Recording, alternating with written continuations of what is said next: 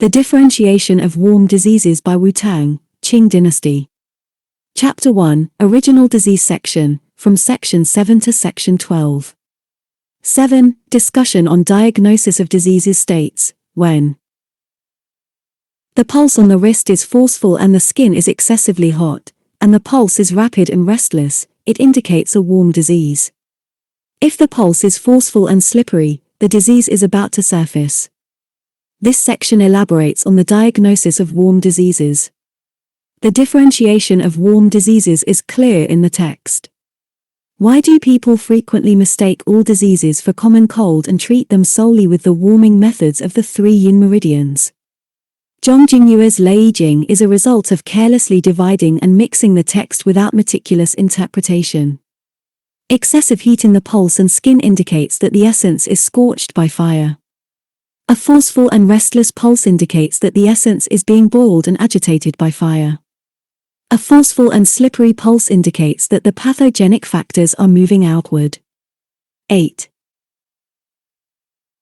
The section on warm diseases states, for a warm disease lasting 3 days, if the breath is calm and the person is restless, it should be treated on the yang meridians. Perform 59 acupuncture points to drain the heat, induce sweating, nourish the yin to supplement deficiencies. If the body is extremely hot and both yin and yang are calm, do not puncture. If there are indications for puncturing, promptly do so. If sweating doesn't occur, perform bleeding therapy. The term do not puncture indicates a critical condition. For a warm disease lasting 7 to 8 days, with restless panting and a bowstring pulse, perform urgent acupuncture. Sweating will naturally follow. Perform shallow needling between the index finger and thumb. For a warm disease lasting 7 to 8 days, with a faint and small pulse, if the patient urinates blood and has a dry mouth, death occurs in a day and a half. If the pulse is irregular, death occurs within a day.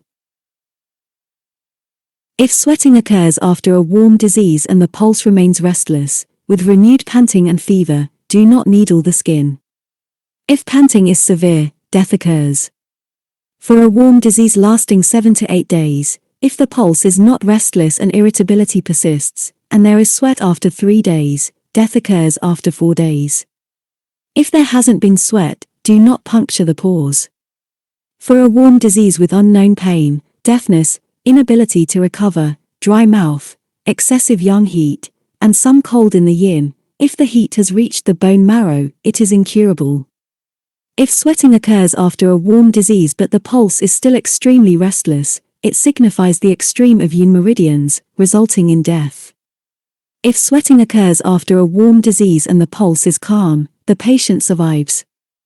If the pulse is extremely restless and sweating is absent, it indicates the extreme of yang meridians, resulting in death. A forceful and restless pulse with sweating indicates survival. There are 9 types of untreatable warm diseases. 1. No sweating with prominent red cheeks and hiccups leads to death. 2. Diarrhea followed by abdominal distension results in death. 3. Loss of vision and unrelenting fever lead to death.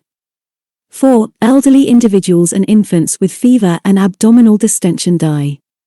5. Profuse sweating, vomiting, and bloody stools result in death. 6. A rotten tongue and persistent fever lead to death.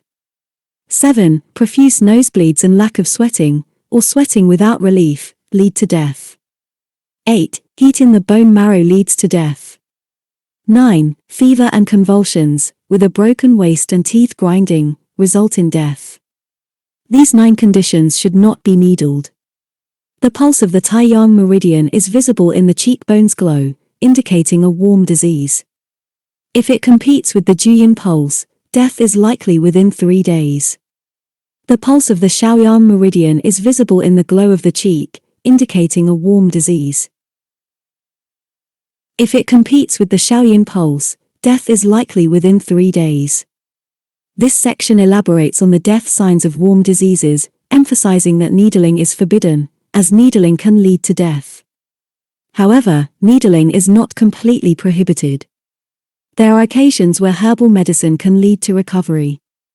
Needling techniques can drain and open blocked heat, but they have limitations in nourishing yin and preserving yang. This is where the strengths of herbal medicine lie. For a warm disease lasting 3 days, when the breath is calm and the person is restless, it indicates that the pathogenic factors are still shallow in the upper part. Therefore, acupuncture is performed on the yang meridians to expel the yang pathogenic factors. When yang qi flows smoothly, sweating follows. Nourishing the yin supplements the deficiencies caused by excessive yang, as excessive yang weakens yin. Draining yang allows yin to find its proper place, thus it is said nourish yin. If yang is excessively drained, it is meant to supplement yin deficiencies, hence supplement deficiencies. When the body is extremely hot, and both yin and yang pulses are calm, the pulse manifestations are not applicable. The pulse manifestations of yang conditions oppose those of yin meridians, which is why needling is forbidden. For a warm disease lasting 7 to 8 days, with panting and a bowstring pulse, the panting indicates accumulation of lung qi, and the bowstring pulse indicates agitation caused by wind and fire. Therefore, shallow needling is performed between the index finger and thumb to drain lung heat. When lung heat is resolved, sweating occurs. The acupoint between the index finger and thumb corresponds to the lung's lesser Shong point. For a warm disease lasting 7 to 8 days, with a faint and small pulse, the pathogenic factors have deeply entered the lower parts, causing blood to be forced out with urination. As the kidney essence is depleted, yin fluids cannot ascend, leading to a dry mouth. The pulse becomes faint and small, signifying exhaustion of not only yin essence but also yang qi. Death is imminent. If the pulse is full, treatment is possible, the details are explained later. When a warm disease has induced sweating, yet the pulse remains restless and there is panting, it indicates a recurrence of heat. If the heat is not reduced by sweating, excessive heat overwhelms the metal element, leading to panting. The metal element, unable to withstand the fire, fails, and as a result, the transformation of the lungs weakens, leading to death. There are still cases that can be treated, as detailed later. A warm disease with no localized pain signifies a decline in the body's resistance against pathogenic factors. Deafness and damage to yin indicate that essence is trying to escape. Inability to collect oneself suggests depleted genuine qi. Excessive heat and dryness in the mouth indicate an overwhelming presence of yang pathogenic factors. When there is some cold within yin, it means that the lower yin aspect has signs of emptiness and cold. In individuals with depleted yin essence, signs of dispersion of genuine qi are evident. If pathogenic heat does not recede and finds an entry point through emptiness, it means that heat has reached the bone marrow and is beyond treatment. In cases of yin deficiency and excessive yang, where genuine qi has not yet dissipated, there is still a treatment approach as detailed later. If sweating occurs after a warm disease, yet the pulse remains restless and excessive, it indicates the utmost yin deficiency, leading to death. However, even though acupuncture is prohibited, herbal treatment remains an option. Proper administration of medicinal decoctions can lead to survival, as explained later. When the pulse is excessively restless without accompanying sweating, it signifies extreme yang excess. When yang is in excess to the utmost, yin has no space left and death is imminent. Yet, proper use of herbs to induce sweating may still save a life, as described later. Red cheeks without sweating indicate unresolved pathogenic factors, hiccups signify spleen yin illness. Concurrent ailments of yin and yang obstruct one another. Treating yang blocks yin and treating yin blocks yang. Therefore, it results in death. Diarrhea with severe abdominal distension indicates a heavy spleen yin illness. It also indicates a simultaneous affliction of yin and yang. Loss of vision suggests scattered essence and escaping qi. The classics say, scattered essence affects vision, and escaping qi leads to unclear vision. While heat still lingers, it scorches essence and impairs qi, resulting in death. In elderly individuals and infants, either lone yang is weakening or immature yang is insufficient. Acquiring both warm disease and abdominal distension indicates a grim situation, leading to death even without extreme distension. No sweating accompanies excessive redness of the cheeks, suggesting unrestrained pathogenic factors. Hiccups reflect spleen yin disease. When both yin and yang are affected, treating yang obstructs yin, and treating yin obstructs yang, hence leading to death. Profuse sweating without red cheeks suggests excess yang, vomiting suggests weakened genuine yang, and bleeding points to deep penetration of pathogenic heat that forces blood downward. This situation harms both yin and yang.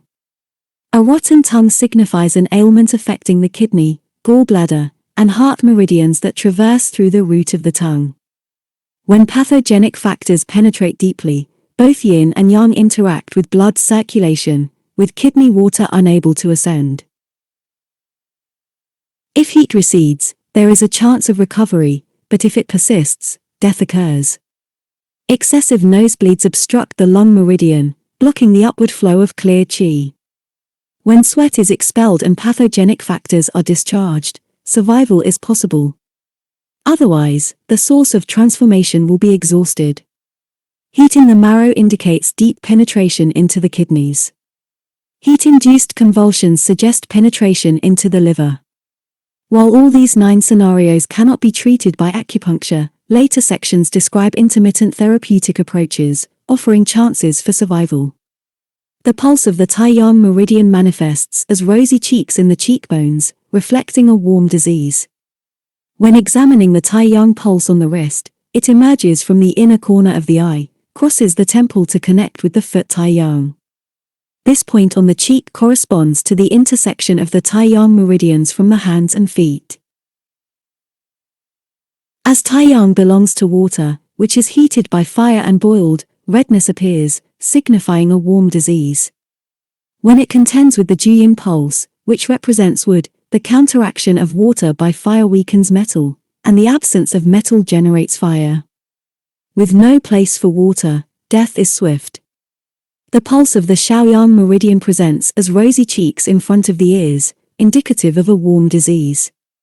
When examining the Shaoyang pulse on the wrist, it emerges from the front of the ear and passes by the master and host points before crossing the temple and reaching the sharp inner corner of the eye. It intersects with the foot Shaoyang. This point on the cheeks corresponds to the intersection of the Shaoyang meridians from the hands and feet.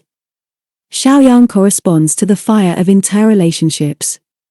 Its fiery color appears at the intersection of these 2 meridians, indicating a warm disease. When it contends with the Shaoyin pulse, which represents supreme fire, the 2 fires clash, making it difficult for water to receive. Consequently, death occurs within 3 days. Note, despite the extremity of a yang predominant pulse indicating death, there is a difference when yin and yang pulses are both calm. In cases where some genuine qi remains, there is room for treatment, and this is explained in detail later. The pulse of Tai-yang meridian may still be manipulated to urgently rescue yin in such situations. When yang predominant pulse is excessively restless, with the strength of the pathogenic factors surpassing that of the body's genuine qi, treatment involves leaving behind a fraction of genuine qi for a chance of survival. The key lies in understanding how to balance this. When both yin and yang pulses are calm, and pathogenic factors have penetrated deeply while yin has no resistance, the course of the illness is determined by the pathogenic factors, and there's no hope for survival. Nourish the yin to supplement deficiencies is a critical principle for treating warm diseases. Yin deficiency is present in almost all warm diseases. While the yin depletion is not complete, survival is possible. However, when yin depletion is complete, yang's attachment will be severed, resulting in death.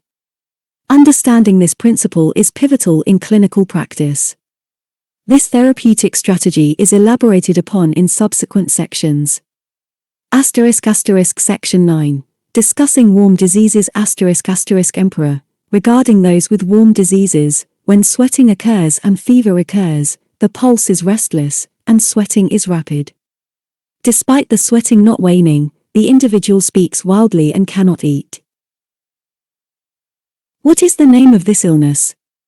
Chibwa. This condition is known as the interchange of yin and yang, where interchange implies death. People sweat due to their vitality originating from grains. Grains arise from essence. In this case, pathogenic factors are contending within the bones and muscles, leading to sweating. This signifies that the pathogenic factors surpass essence. If essence prevails, eating should be possible, and the fever should not recur. However, recurring fever indicates the dominance of pathogenic factors, while sweating signifies the presence of vital essence. Thus, if sweating happens but fever recurs, it implies the supremacy of pathogenic factors. The inability to eat suggests the deficiency of essence. If the disease persists, the individual's life may decline quickly. The classic of fever states, if sweating occurs and the pulse remains restless and excessive, death follows. In this case, where the pulse does not correspond with sweating, it signifies an inability to overcome the illness. Death is apparent. Speaking wildly indicates a loss of willpower, and a loss of willpower leads to death. In this situation, observing 3 instances of death and no instances of recovery, even if improvement occurs, death is inevitable. The meaning of this section is self-evident. The text categorically identifies a conclusive condition for mortality. Who would dare to assert life? However, there is a rationale for potential survival if herbal treatment is executed correctly. As mentioned previously, the use of acupuncture and herbs differs, as explained later. Section 10. Acupuncture for warm diseases ***. The text states, for a liver heat illness, yellow urine occurs first, abdominal pain, lying down, and bodily heat. Intense conflict leads to delirium and agitation, fullness and pain in the sides, restlessness in the extremities, and inability to find comfort while lying down. During the periods of Qing and Shin, severe symptoms are present. During periods of Jiao and Yi, profuse sweating is observed. If the qi counterflows, death occurs on Qing and Shin days. Acupuncture the foot Juyin and Shaoyang meridians. When qi counterflows, it leads to a headache like a lump and a pulse that ascends to the head. Yellow urine appearing first in a liver illness signifies that the liver meridian interconnects with the yin organs. Additionally, the liver governs dispersion and leakage. Thus, in liver illness, its regulatory function is compromised, resulting in yellow urine. Abdominal pain and lying down point towards wood overcoming earth, spleen. Intense conflict refers to the heightened struggle between pathogenic heat and the righteous qi. Delirium and agitation pertain to the heart and pericardium meridians. These two share the same qi, and when pathogenic heat overpowers the righteous qi, both meridians are affected. Fullness and pain in the sides are due to the liver meridian passing along the sides of the body. Restlessness in the extremities and discomfort while lying down are related to liver governing wind and liver conquering earth, spleen. When the liver overacts, wind invades the extremities and disturbs the body's rest, further exacerbated by the conquest of wood over earth, spleen. Qing and Shin signify metal days prevailing over wood, and thus, the symptoms intensify. Jiao and Yi correspond to peak times of the liver, wood. Hence, sweating occurs and symptoms improve. Qi counterflow indicates a worsening condition, contradicting the notion of recovery. If this counterflow occurs on Qing and Shin days, death is imminent. Acupuncture the foot Juyin and Shaoyang meridians. Juyin connects to the root organs, and the foot Taiyin is the viscus of Shaoyin. If qi counterflows, it initiates a headache that radiates downward. Just as the liver controls ascending, this principle applies to all organs and their controlling processes. Section 11. Acupuncture for warm diseases ***. The text states, for a heart heat illness, a lack of joy is noted initially, followed by fever after several days. Severe conflict leads to sudden heartache, restlessness, frequent nausea, headache, red complexion, and absence of sweating. During the periods of Ren and Gui, severe symptoms occur. During periods of Bing and Ding, profuse sweating is observed. If the qi counterflows, death occurs on Ren and Gui days. Acupuncture the hand Shaoyin and Tai Yang meridians. A lack of joy as an initial symptom suggests the heart protector residing in the center. It is stationed beneath the heart and assumes the role of an assistant. The text explains that this central location corresponds to the assistant's task, and joy emanates from it. Therefore, in heart disease, the absence of joy is observed. Sudden heartache arises due to the clash between pathogenic and righteous qi. Restlessness and frequent nausea are attributed to the heart's control over fire and the heart's primary concern. Aching indicates the turmoil within, while discomfort represents the heart's difficulty in settling. The liver's symptoms originate from the heart's disturbance due to intense conflict, and pathogenic factors accumulating in the diaphragm lead to frequent nausea. Headache corresponds to ascending fire. A red complexion is indicative of fiery heat. The absence of sweating is attributed to sweating being a manifestation of heart fluid, which cannot circulate properly in heart disease. Section 12, Acupuncture for warm diseases. The text states, for a spleen heat illness, initial symptoms include a headache and cheek pain, restlessness in the heart, a greenish complexion, tendency to vomit, and bodily heat. Intense conflict leads to lumbar pain that prevents bending and stretching, abdominal fullness, and diarrhea. Pain in both sides of the jaw is present during the periods of Jiao and Yi. During periods of Wu and Ji, profuse sweating is observed. If the qi counterflows, death occurs on Jiao and Yi days. Acupuncture the foot Tai Yin and Yang Ming meridians. Headache with a preceding sense of weight indicates the spleen's damp earth nature. The text explains that the spleen's nature is heavy, as mentioned earlier. Cheek pain is associated with the hand Shaoyang meridian. In the interaction of wood and earth, when one is excessively strong, the other is subdued. Thus, when the earth is affected, the wood meridian is also impacted.